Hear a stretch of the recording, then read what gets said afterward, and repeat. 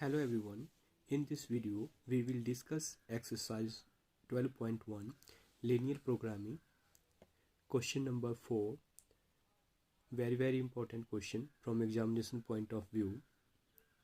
Solve the following linear programming problem graphically.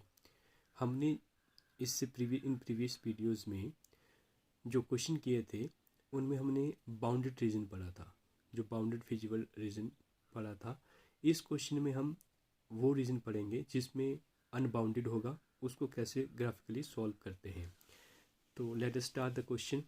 Minimise z equal to 3x plus 5y। उसके बाद लिखेंगे convert in equation into equation. उसके बाद x plus 3y, इस inequality को हटाकर, जो इन इक्वेशन है, इनक्वालिटी को हटाकर हम इसकी जगह लगा देंगे इक्वल टू। तो क्या बन जाएगी x plus 3y equal to 3। और इस इनक्वालिटी को हटाकर x प्लस y, इसको हटाएंगे और यहाँ लगा देंगे इक्वल टू। ये बन जाएगी इक्वेशन सेकेंड। और x comma y greater than equal to 0, इसका मतलब होता है ये नॉन नेगेटिव कंसंट्रेंट्स हैं और जो आपका फिजिबल रीजन जो रहेगा वो हमेशा फर्स्ट क्वाड्रेंट में रहेगा। जो सिंपल भाषा में इसको समझा जाए तो x comma y greater than equal to 0 non negative constraints, और जो ग्राफ रहेगा वो फर्स्ट क्वाड्रेंट में ही रहेगा। तो उसके बाद हम करते हैं फ्रॉम इक्वेशन फर्स्ट। एक फ्रॉम इक्वेशन फर्स्ट, जो फर्स्ट इक्वेशन ली, इसमें हम इस लाइन के x और y कोऑर्डिनेट निकालेंगे, जो मैंने यहाँ पर 3 और 1 निकाल दिया है। इसके लिए क्या करेंगे, फ्रॉम इक्वेशन फर्स्ट हम पुट करेंगे x की वैल्यू फर्स्ट में 0। तो मैं यहाँ पर x की वैल्यू 0 पुट कर दूँ, 0 प्लस और 3 इंटू वाई। एक्स की वैल्यू क्या पुट कर दी यहाँ पर 0, यहाँ 0 लिख दिया। उसके आगे प्लस है तो plus 3 into y equal to 3। 0 plus 3y equal to 3y, 3y equal to 3। और ये जो 3 है ये इस 3 के ओवर में आ जाएगा, इसको आप कैंसिल करेंगे, 1/1, इसका आंसर क्या आ जाएगा 1। तो y कोऑर्डिनेट क्या आ गया मेरा 1, जो मैंने यहाँ पर लिख दिया है y कोऑर्डिनेट 1। अब निकालेंगे हम x कोऑर्डिनेट। x कोऑर्डिनेट निकालने के लिए अब हम इसमें y0 पुट करेंगे इक्वेशन फर्स्ट में। तो मैंने यहाँ लिख दिया है put y equal to 0 in equation first. तो ये मेरी इक्वेशन फर्स्ट है, इसमें मैं y की वैल्यू 0 भर रहा हूँ, तो x एज इट इज़ रह जाएगा। x की वैल्यू आ जाएगी x ही रहेगा प्लस 3 इंटू 0, जो y है वो 0 equal to 3। 3 into 0 is 0, x plus 0 is x equal to 3। तो मेरा x कोऑर्डिनेट क्या आ गया 3, x कोऑर्डिनेट इज़ 3। अब इसके बाद हम यहाँ पर x प्लस जो सेकेंड इक्वेशन है इसकी वैल्यू निकालेंगे x की। तो आप देखिए जब x आप 0 भरेंगे यहाँ पर, तो जब आप इसमें x 0 भर रहे हैं तो ये तो टर्म 0 हो जाएगी, तो y की वैल्यू क्या आ जाएगी आपको 2 मिल जाएगा। तो ये तो सिंपल यहाँ से निकल जाएगा, मैंने सॉल्व भी किया है। तो यहाँ आप जब y0 भरेंगे तो ये सारा 0 हो जाएगा। x की वैल्यू, x किसके बराबर हो जाएगा 2 के बराबर, तो मैं यहाँ पर 2 लिख देता हूँ। और जब आप y0 भरेंगे तो x की वैल्यू 2, और जब x0 भरेंगे तो y की वैल्यू क्या आ जाएगी 2। तो ये मेरे पॉइंट्स आ गए हैं इस लाइन के भी 3,1। अब इनको हम ड्रॉ करेंगे। जो फर्स्ट लाइन है उसके कोऑर्डिनेट आ गए 3, x कोऑर्डिनेट 3 है तो यहाँ पर मैं 3 पर राउंड कर दूंगा, और y कोऑर्डिनेट जो है 1 है, फिर 3 और 1 को ज्वाइन कर देंगे। ज्वाइन करने के बाद जब 3 और 1, x कोऑर्डिनेट 3, y कोऑर्डिनेट 1, इन दोनों को आपने ज्वाइन किया तो इसकी इक्वेशन लिख देंगे। जो इक्वेशन है इसकी x plus 3y equal to 3। अब जो हमारी सेकेंड इक्वेशन है x plus 2y equal to 2, इसके कोऑर्डिनेट आए हैं 2,2। x कोऑर्डिनेट 2 है तो 2 पर राउंड करो, और y कोऑर्डिनेट भी 2 है। थोड़ा सा आप इसको खुला बनाना, मेरे से थोड़ा सा ये कंजस्टेड हो गया है। 2 और 2 को ज्वाइन करने के बाद इसकी इक्वेशन भी लिख देंगे x plus y equal to 2। अब हमने लाइंस को ड्रॉ कर लिया है। अब हम डिसाइड करेंगे कि जो फिजिबल रीजन है वो किस तरफ बनेगा। तो उसको चेक करने के लिए हम जो इनइक्वालिटी है उसी से निकालते हैं। अगर ट्रू आती है, जो अगर ट्रू वैल्यू आए तो जो लाइंस का जो शेडेड रीजन बनेगा वो टुवार्ड द ओरिजिन बनता है। अगर फॉल्स आए तो इस लाइन का अवे फ्रॉम द ओरिजिन बनेगा। इस बात को आपने ध्यान रखना है। तो पहला x plus 3y greater than equal to 3, x plus 3y greater than equal to 3। अब इसको चेक करेंगे हम 0 0 पर। तो x की वैल्यू 0 भर दी और y की वैल्यू भी इसमें 0 भर दो, greater than equal to 3। 0 3 into 0 क्या बन गया 0, ग्रेटर देन इक्वल टू 3। तो 0 ग्रेटर देन इक्वल टू 3 ये जो है आपका फॉल्स होता है, क्योंकि 0 3 से बड़ा नहीं हो सकता है। तो जो ये लाइन है, जो मैंने यहाँ लाइन ड्रॉ की है, इस लाइन का जो ग्राफ बनेगा, ये जो लाइन, ये वाला लाइन है, ये फॉल्स आया तो ये हमारा ओरिजिन है, इस तरफ का ओरिजिन है। तो इस लाइन का बाहर की अवे फ्रॉम द ओरिजिन बनेगा। तो मैंने थोड़ा सा आपको बताने के लिए यहाँ थोड़ा सा टिक लगा दिया कि इस लाइन का बाहर की तरफ को बनेगा। अब हम सेकंड लाइन चेक करते हैं। जो सेकंड इनइक्वालिटी है वो है x plus y greater than equal to 2। इसको भी हम 0 0 पर चेक करेंगे। तो x की वैल्यू 0 भरो, y की वैल्यू 0 भरो, greater than equal to 2, greater than equal to 2 आ जाएगा। 0 प्लस 0 0, तो 0 भी आपका इसकी जो वैल्यू है 0 2 से बड़ा नहीं होता है, तो ये क्या आ गया आपका फॉल्स। जब फॉल्स आ जाए तो ये जो लाइन है, ये सेकेंड लाइन, इसका भी हमारा जो है ओरिजिन की तरफ को ना होके अवे फ्रॉम द ओरिजिन बनेगा, यानी इस लाइन का बाहर की तरफ को। अब हम कॉमन फिजिबल रीजन हमेशा बनाते हैं। तो जो कॉमन फिजिबल रीजन है वो मैं दूसरे कलर से बनाता हूँ। जो यहाँ पर जो लाइन आपस में इंटरसेक्ट कर रही है, यहाँ से आप बाहर की तरफ को इस तरह, और ये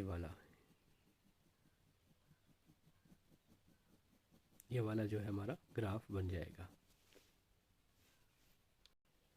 अब जो कॉर्नर पॉइंट आएंगे वो यहाँ पर, जो ये मैंने राउंड किया है, यहाँ पर 3 है, तो ए पॉइंट को लिख देंगे 3,0, क्योंकि एक्स एक्सिस पर हमारा वाई कोऑर्डिनेट जो 0 रहता है। इस पॉइंट को ले लेंगे हम बी, जो पॉइंट ऑफ इंटरसेक्शन निकालना है, और यहाँ पर जो पॉइंट है उसको ले लेते हैं हम सी। तो यहाँ पर क्या हो जाएगा 0,2, क्योंकि वाई एक्सिस पर जो हमारा एक्स कोऑर्डिनेट वो 0 हो जाता है। तो सी जो कोऑर्डिनेट आ गया वो आ गया है 0.2। शायद आपको यहाँ क्लियर नहीं दिख रहा है, तो मैं थोड़ा सा यहाँ जैसे कर देता हूँ। सी पॉइंट आ गया 0,2। अब हम क्या करेंगे, to find the point of intersection at point B. तो मेरे कॉर्नर पॉइंट क्या क्या हो गया, ए बी और सी। पॉइंट ऑफ इंटरसेक्शन, जो दो लाइंस आपस में इंटरसेक्ट कर रही है, ये लाइन और ये लाइन आपस में इंटरसेक्ट कर रही है बी पर, तो हम इसका पॉइंट ऑफ इंटरसेक्शन निकालेंगे।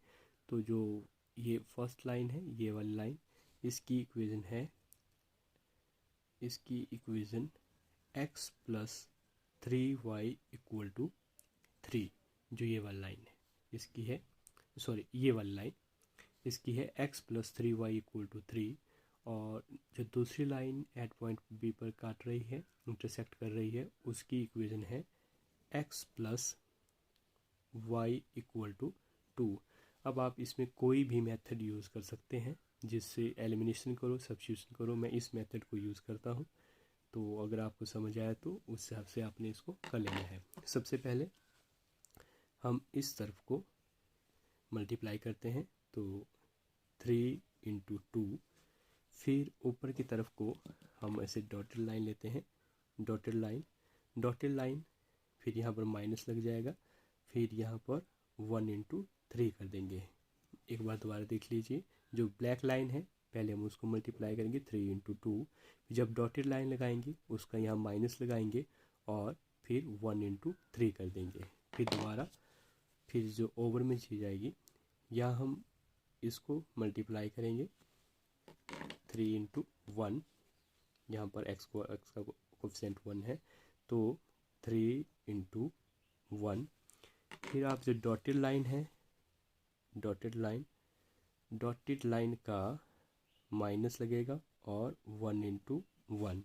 फिर जब इसको आप सॉल्व करेंगे x equal to 3 into 2 6 minus 3 into 1 3 minus 1, तो ये आ जाएगा 3/2। तो जो हमारा x कोऑर्डिनेट है b पॉइंट के लिए, तो b पॉइंट मैंने यहाँ जैसे कर दिया, b पॉइंट का जो x कोऑर्डिनेट है वो आ गया 3/2।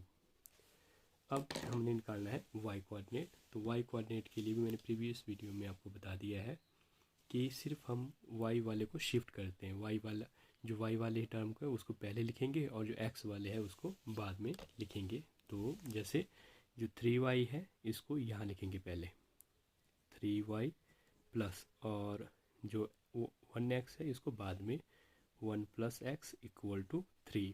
फिर जो 1y है इसको पहले 1y प्लस 1x और इक्वल टू 2। बाकी कोई चेंज नहीं करेंगे, इसमें भी कोई चेंज नहीं आएगा।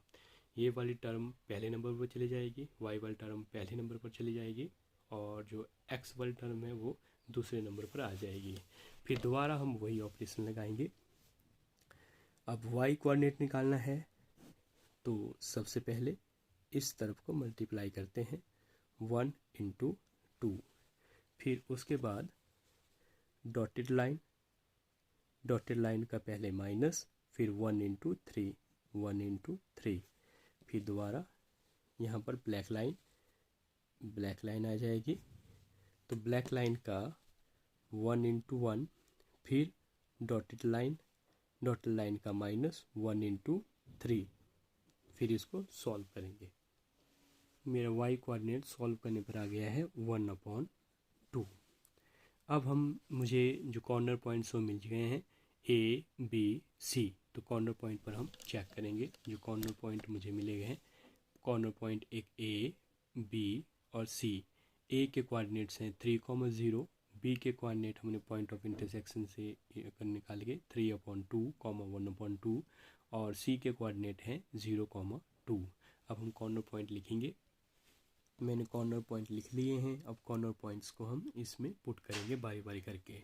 तो पहला 3, इसमें जो x कोऑर्डिनेट है वो है 3, तो मैं 3 into 3 plus 5 into y coordinate कितना है 0, 3 इंटू 3 9, 5 इंटू 0 0। तो पहला कोऑर्डिनेट आ गया हमारा 9।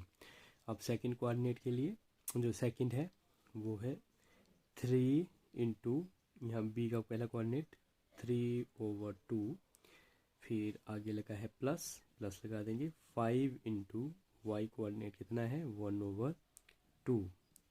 तो 3 इंटू 3 9/2 प्लस 5/2 और इसका एलसीएम लेंगे। यहाँ आ जाएगा 2, 9 और 4 14 और ये वैल्यू आ गई 7। अब थर्ड के लिए x कोऑर्डिनेट है 0, तो मैं यहाँ 0 लगा दूंगा। 3 इंटू 0 प्लस 5 इंटू 2, ये 0 बन जाएगा। ये कितना आ गया 10। अब अगर आपका ये जो फिजिबल रीजन होता ये अनबाउंडेड होता, बाउंडेड होता, तो मेरा आंसर आ जाना था 7। मिनिमम जेड 7 आ गया है एट पॉइंट 3/2 1/2। लेकिन जब ये फिजिबल रीजन जो है अनबाउंडेड हो तो आपका जो 7 है वो आपका मिनिमम वैल्यू हो भी सकती है, नहीं भी हो सकती है। तो इसकी जो कुछ और है वो लिखेंगे हम, फिर मैं आपको बताऊंगा। Since feasible region is unbounded तो 7 मे और may not be the minimum value. फिर हम क्या करेंगे, जो जेड दिया है मिनिमम जेड उसको लिखेंगे 3x प्लस 5y। अब यहाँ पर अगर मिनिमम लिखा होगा, मिनिमाइज लिखा होगा, तो यहाँ पर निशान लगाएंगे लेस देन, और जो हमारी मिनिमम वैल्यू आई है 7। अगर यहाँ पर मैक्सिमाइज लिखा होता तो यहाँ पर निशान लगाना था ग्रेटर देन, स्ट्रिक्टली लगाना है आपने, स्ट्रिक्टली ग्रेटर देन, और जो वैल्यू यहाँ पर आई थी। तो यहाँ पर मिनिमाइज है इसलिए मैंने इसको लिख लिया 3x प्लस 5y। मिनिमाइज है तो उसका लेस देन और इक्वल टू 7। फिर उसके बाद इसको कन्वर्ट कर देंगे इक्वेशन में, 3x plus 5y equal to 7। इसको ले लेंगे हम इक्वेशन थर्ड। अब वही प्रोसेस हम दोबारा करेंगे। पुट इसमें x 0 भरेंगे। x अगर इसमें 0 भर दिया तो मुझे मिल जाएगा 5y इक्वल टू 7 और y की वैल्यू आ जाएगी 7/5। फिर हम y पुट करेंगे, put y equal to 0 in equation third. अब y 0 भर दिया, यहाँ पर अगर 0 भरेंगे तो 5 इंटू 0 क्या हो जाएगा 0। तो मैं लिखूँगा 3x प्लस 0 इक्वल टू 7 और इससे 3x किसके बराबर आ जाएगा 7 और x इक्वल टू 7/3 ये बन जाएगा आपका 2.3। तो जो हमारी इक्वेशन थर्ड आई, थर्ड के x कोऑर्डिनेट आ गया 2.3 और y कोऑर्डिनेट आ गया 1.4, 2.3 एंड 1.4। तो जो x कोऑर्डिनेट है 2.3 यहाँ जैसे होगा, 2.3 यहाँ जैसे होगा, ये राउंड कर दिया मैंने, और 1.2 हमारा यहाँ जैसे होगा। तो इन दोनों को ज्वाइन करना है, जो 1.2 और 3.2 को ऐसे आपने ज्वाइन कर देना है। ये डॉटेड लाइन है और ये जो डॉटेड लाइन आई, डॉटेड लाइन इसलिए आई क्योंकि यहाँ पर जो है स्ट्रिक्टली लेस देन है। तो जब स्ट्रिक्टली हो तो उसमें हम डॉटेड लाइन लेते हैं और इक्वल टू लगा हो तो सॉलिड लाइन लेते हैं। और इसकी इक्वेशन आ जाएगी 3x plus 5y equal to 7। अब आपने देखना है जो डॉटेड लाइन है, आपको ऐसा लग रहा होगा कि ये इस पॉइंट को तो टच कर रही है फिजिबल रीजन पर साथ, पर ऐसा नहीं है। सॉलिड लाइन ग्राफ के जो फिजिबल रीजन के साथ टच कर रही है, डॉटेड लाइन इसके साथ टच नहीं करती है। जो आपका फिजिबल रीजन है ये डॉटेड लाइन के साथ टच नहीं है, तो फिर इसके कॉमन पॉइंट नहीं है फिजिबल रीजन के साथ। अब हम लिखेंगे जो स्ट्रेट लाइन है मेरे पास 3x plus 5y equal to 7 has no common point, इसके कोई भी कॉमन पॉइंट नहीं है फिजिबल रीजन के साथ, देयरफॉर 7 इज मिनिमम वैल्यू।